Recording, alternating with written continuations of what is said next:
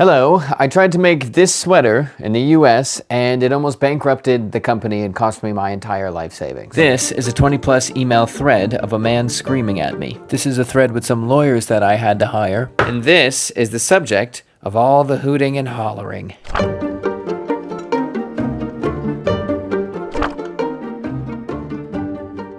May 14th, 2024, I sent 1,000 pounds of raw wool to the spinners. It was supposed to be ready in October. The yarn was done in February of 2025. A 5-month delay, which actually is not that bad at all. We have some things that are still not done, and we're on month 18. So I really wasn't worried too much about the delay. I was just happy that the yarn was ready, and I sent it to our knitting partners, of which we had 2. They sent me a few rounds of test sweaters and they all looked fine, but there was always something off and the measurements didn't match up and it took a really long time. And essentially they said the yarn was not behaving, it was torquing and twisting a lot so they couldn't get consistent sizes and ratios. It was also snapping a lot, and in general, it was taking them 9 to 10 times longer to make one sweater, so our yarn was rejected. Both knitters said, Michael, not that big of a deal, you need to write to the spinner and ask them for a refund. This has happened millions of times before, shouldn't be a problem. So I wrote an email, and in that email, I provided all of the tests, analytics, pictures, photos that I got from both knitters and said I would like to request a refund. I sent that email at 5 p.m. And at midnight that same day, I was getting all cozy wozy right here, and I was watching Norwegian Craft Traditions with Arnie and Carlos, episode 6, the story of the iconic lice sweater from Setesdal. Like your third, your mother's cousin's third aunt once removed. It's very confusing. Something like that. And at that moment, I received a ferociously angry email. The first thing he said was my order was small and that they had already moved on. The second thing they said was that I was trying to blame my mistakes on them. The third thing was that our knitters didn't know how to use yarn correctly, and the knitter's analysis made him laugh. And the fourth thing he said is that me emailing him was deeply offensive. He finished the email by listing off a few different ways that I can become a better businessman and told me that I needed to pivot. It was at that moment I said to the knitters, you know what, might have to wait a little bit before we get this project going again. Our spinners just went buck wild. So I said to Mr. Buck Wild, here's what we can do. I will send some of the yarn to a third-party testing lab, one of the best on the entire planet. If they say the yarn is faulty, I want a refund. But if it's not, I owe you an apology, and I don't know, I owe you or something like that, but it'd be very embarrassing, and I'm sorry. And so, like two little hobbits, these yarns had to go on an incredibly long and arduous journey. They went to a testing center, and then they went to Japan, and obviously back to me. It's on, Mr. Buck Wild, man. It's on.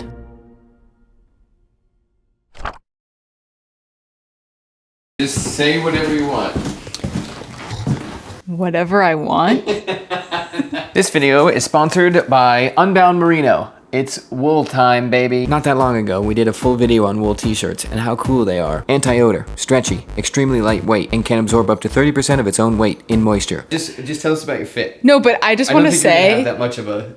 I wear Unbound every single day. I've successfully got the love of my life, Taylor, on wool as well. It's nature's natural performance fiber, and I know everybody says that these days, but you have to think about what does the fiber do? Wool fiber's job is to keep a sheep alive. So on you, it's really comfortable and really great in a bunch of different environments. My Unbound gray sweater that literally has not pilled once. But also, we can use wool to do things that sheep could only dream of doing, like traveling and going on airplanes and not smelling when you're in a hotel for a very long time. And underneath that, I have a thin Unbound turtleneck that is also incredible. I wear it every day almost. Their t-shirts are their flagship products. 190 GSM in weight, very light, 17.5 micron, incredibly soft, and because Merino is getting finer and stronger, they're pretty darn durable now, which is fantastic. My Unbound Merino shirt is going on 8 or 9 months. I just wash it regularly and I've dried it a few times, holding it very well. And I use their long sleeve shirts as a base layer. So whatever climate you're currently in or traveling to, wool is probably gonna make you feel that much more comfortable. So thank you very much, Unbound Merino, for sponsoring this video. Very much appreciated. Taylor's your biggest fan. Wait. I'll show them something really cool. Okay. Look at this. You're really using up all your airtime. If we look at all the countries today that are known for making a ton of clothing, almost all, if not all of the manufacturers in those countries have the country helping them out in some way. There's subsidies, there's country-funded research laboratories, country-funded marketing, new programs to train new workers, a ton of stuff, all helping people, and those countries are kind of putting their hand on the back of the company and saying, we got you, take a risk, go as hard as you possibly can, we're all trying to make sure it works. The US used to do something like this, but a little different. They prevented all the other countries from importing stuff into the US for a cheap price. So if you were debating between a t-shirt made in the US and China, you probably went with the US because it was cheaper. And because the US was putting a wall around itself, essentially what was happening was all the manufacturers were focusing on efficiency and volume. When those walls went down, three main things happened. One, there were just a bunch of countries that had a lower cost of living, so they could make goods cheaper anyways. Two, entire countries were like, oh my gosh, we can sell to the Americans and they will buy it. Go now. We will support you as much as we possibly can, companies.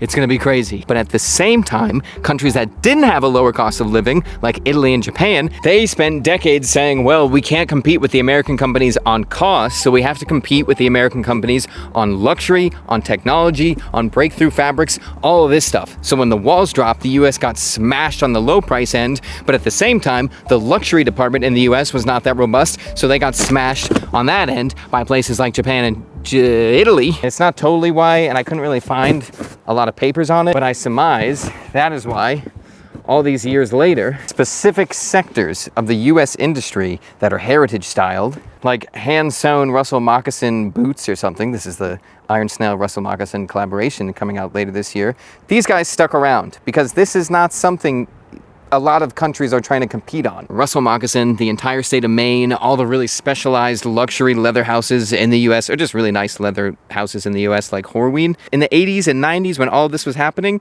they were kind of doing their own thing, and no one was really trying to bash these guys. You can't stop them at this rate. And I'm not saying the only reason these companies from abroad succeeded is because the country had their back and was trying to push them forward, but that really gave them runway to take risks, to hit that price point, to develop something and say, this is gonna be great in the future, but we need to start it now, and we need to start it really aggressively. And when the whole country's doing that, you're not gonna beat them unless your entire country is trying to do the same thing. And the US really does not have any lifelines or support systems for the average manufacturer trying to make consumer goods. What they do have is the Berry Amendment. The Berry Amendment basically says, hey, if the Department of Defense is using it, it needs to be 100% made in America. And a lot of manufacturers live and die by that contract. So many manufacturers I go to, they're like, yep, this is the military section, and this little tiny 1-inch box is where we're gonna make your stuff. And I don't blame them at all. That is how they are keeping their business going.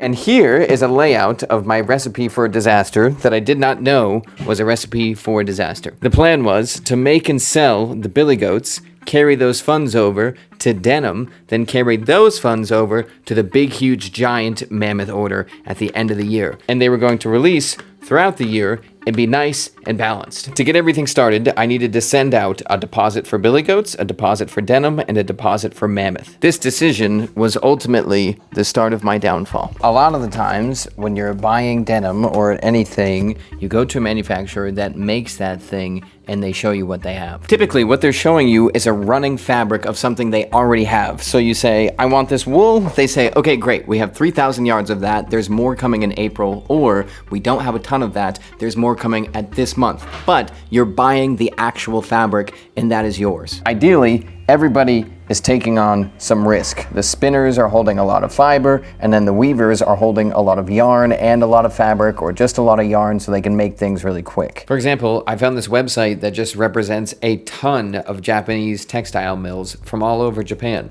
And you could look at all the fabrics that they have, and you could select a swatch, and I just kept going through the entire site and selecting all the swatches that I want, and I selected 70 swatches, and I thought for sure they were gonna say, hey, that's ridiculous, we're not sending that. Nope, next day, boom, shipment went out. And these are not just regular run-of-the-mill fabrics, these are the craziest fabrics that I could find on the site. Find a cool one to show you. This is an extremely tight, high-gauge knit that looks and feels like a woven denim, almost, a little stretch here. This fabric is knit so finely and without flaw, I can't see the texture of the knit. This is an improved improved version of U.S. military sateen from the 60s. But the craziest part is really just the total supply chain dominance, because these are all very atypical fabrics. It's hard to source the fibers and stuff going inside of them. And when I email these people and say, when can I get this? They say, it's ready now. And there's more than you could ever want. It's ready immediately. Some manufacturers in the US do that, the ones usually in the more robust industries. Other more specific ones, and a lot of the ones we work with, don't work like that because the situation is just too precarious, too inconsistent, there's too many unknowns, and there's not really a big support structure to say, hey, take that risk and make a bunch of fabric or have a lot of running fabrics.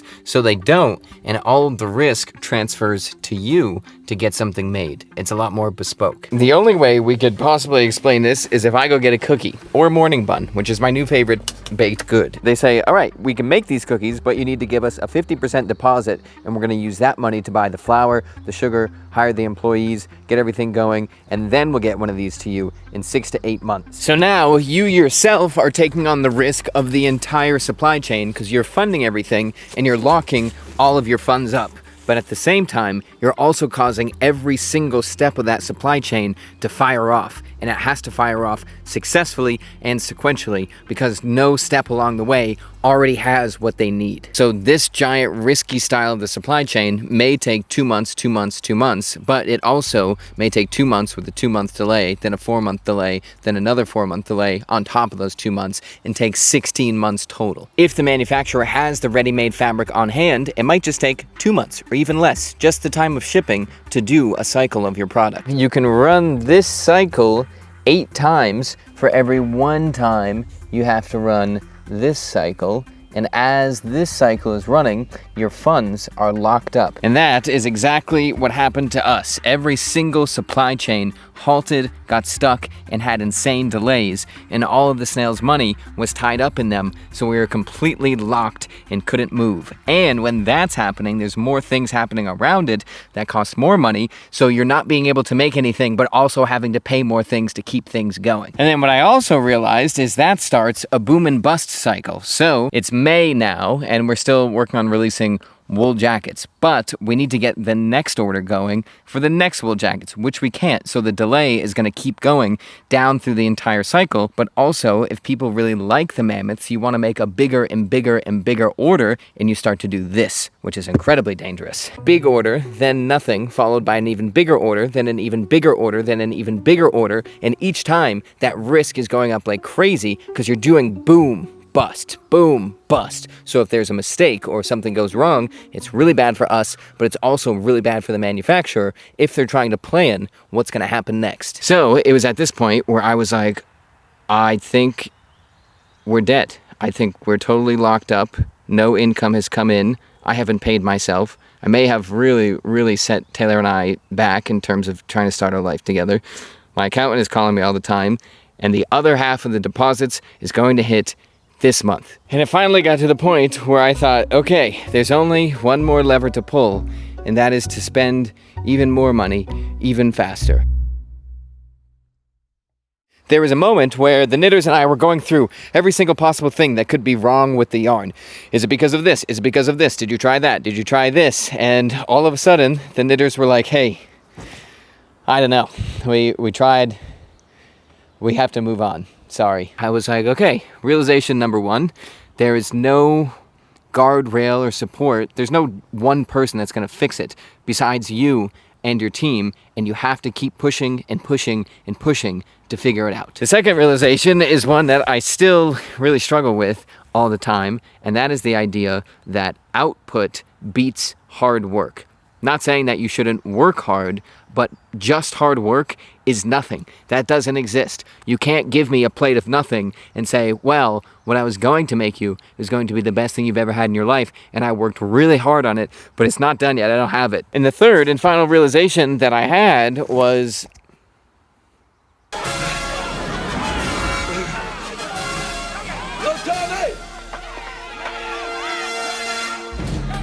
I didn't hear no bell.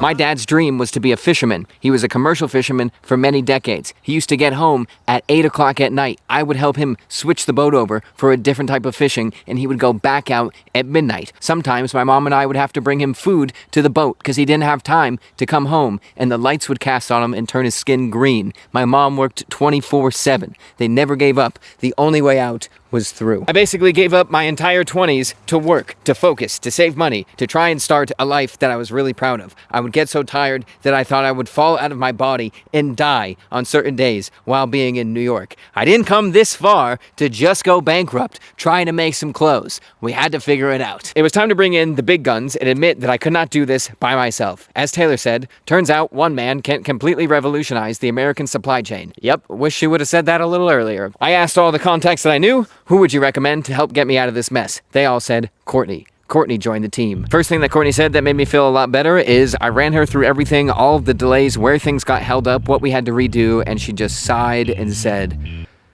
"This is a very difficult way to run a business. Have you ever considered moving overseas?" To which I said, no, not totally. Operation Gumby. And she said, what? And I said, let me introduce you in the video first, then I'll explain Operation Gumby. So Courtney did a full analysis, got everything ready, redid all of our tech packs, updated all of our timelines, informed all of the manufacturers, got shipping ready, and had everybody prepped. The only way to finish this was to go through it, and her job was to make sure the tip of our spear was as sharp as possible. My job was just to keep us funded long enough where we could stop the bleeding and not die. The Mammoth fabric was not done yet. It was still delayed. The thing that we could work on, though, was denim. That would stop the bleeding, stabilize us, and get us on the right track. That mission was called Operation Firestorm, throwing every single thing we have at the problem, trying to make sure we don't die. But at the same time, I was forming what we call now Operation Gumby, our plan to never have this 18-alarm fire again.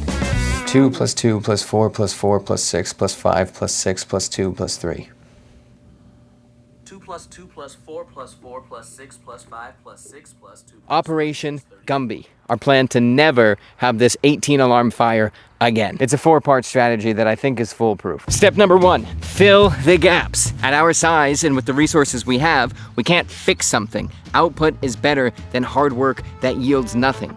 Always. If we have a gem of a partner, we keep them. If we don't, we have to go international. Step number 2, all domestic orders are being slashed by 75%, but we are now going to start placing them quarterly, so it will be 25% 4 times. Consistency for both the manufacturer and us, and we can build things slowly instead of boom and bust. Number 3, I want to do a lot of input on research and development, so we're sending all of our garments, all of our yarns, everything we have to a university program, aka we're sending them to NCSU's Wilson State College of Textiles, whatever, one of the best textile research places on the entire planet. It's in North Carolina. So the next yarn and weave and everything like that that we make for American denim will be called University Denim, and that will be the building blocks of the new supply line that we will eventually have be our main goal. And number 4, and I am completely aware that we are not even remotely close to this, and this is a pie in the sky idea, is called the hub. If we can successfully have a bunch of things graduate the university program, we're making consistent denim. We have robust supply lines.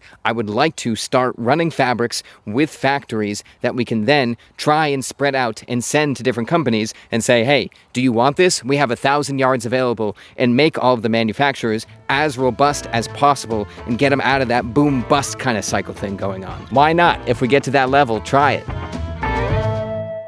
Did we measure from collar to wrist? Shoulder to wrist. Shoulder to wrist? Yeah. Okay, cool. That's perfect. That makes things really easy. Definitely shoulder to. The time had come, Mr. Buckwild, to see who was right. Little important detail is when I told Mr. Buckwild the plan and said, if the tests come back in my favor, I want a refund. If they're in your favor, whatever, that's the end of the game. He basically said, no. Whatever the tests say, I'm standing by what I said. And I was like, okay, that's a bit of an impasse we'll get to if I'm right, I suppose.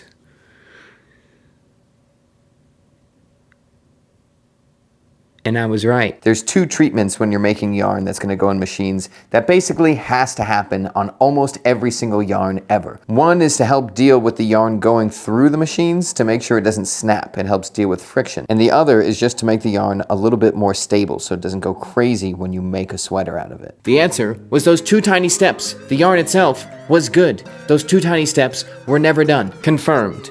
But I never got a refund, and I actually never told Mr. Buckwild or spoke to him again. I just didn't want to. There's no real crazy story. I just never wanted to talk to Mr. Buckwild again, and I kind of already wrote off that I thought we lost the entire yarn batch. So I was like, you know what? What's he gonna do? I know he can't even do one of the 2 things that we need, so what's the point? Also, I don't even really trust him to touch the yarn ever again. Luckily though, I did meet some wonderful spinners in Japan, and I took a moonshot. I would just ask them if they would treat the yarn for us because I really trusted them, and they said yeah. So this is one of 2 cones that is actually processed the correct way. Okay, here we go, 1 minute.